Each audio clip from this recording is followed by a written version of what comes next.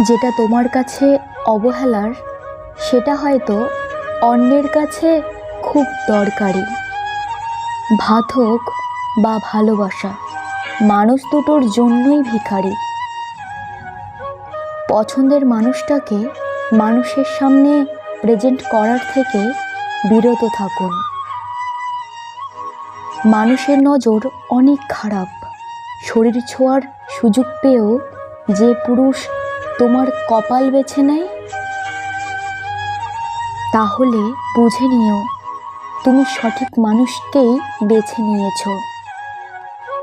সবাই পাশে থাকতে পারে না প্রিয়, তাই যে থাকতে চায় তাকে আগলে রেখো। যখন আপনি সঠিক ব্যক্তির নির্বাচন করবেন, তখন সুখের জন্যে আপনার অর্থের প্রয়োজন হবে না।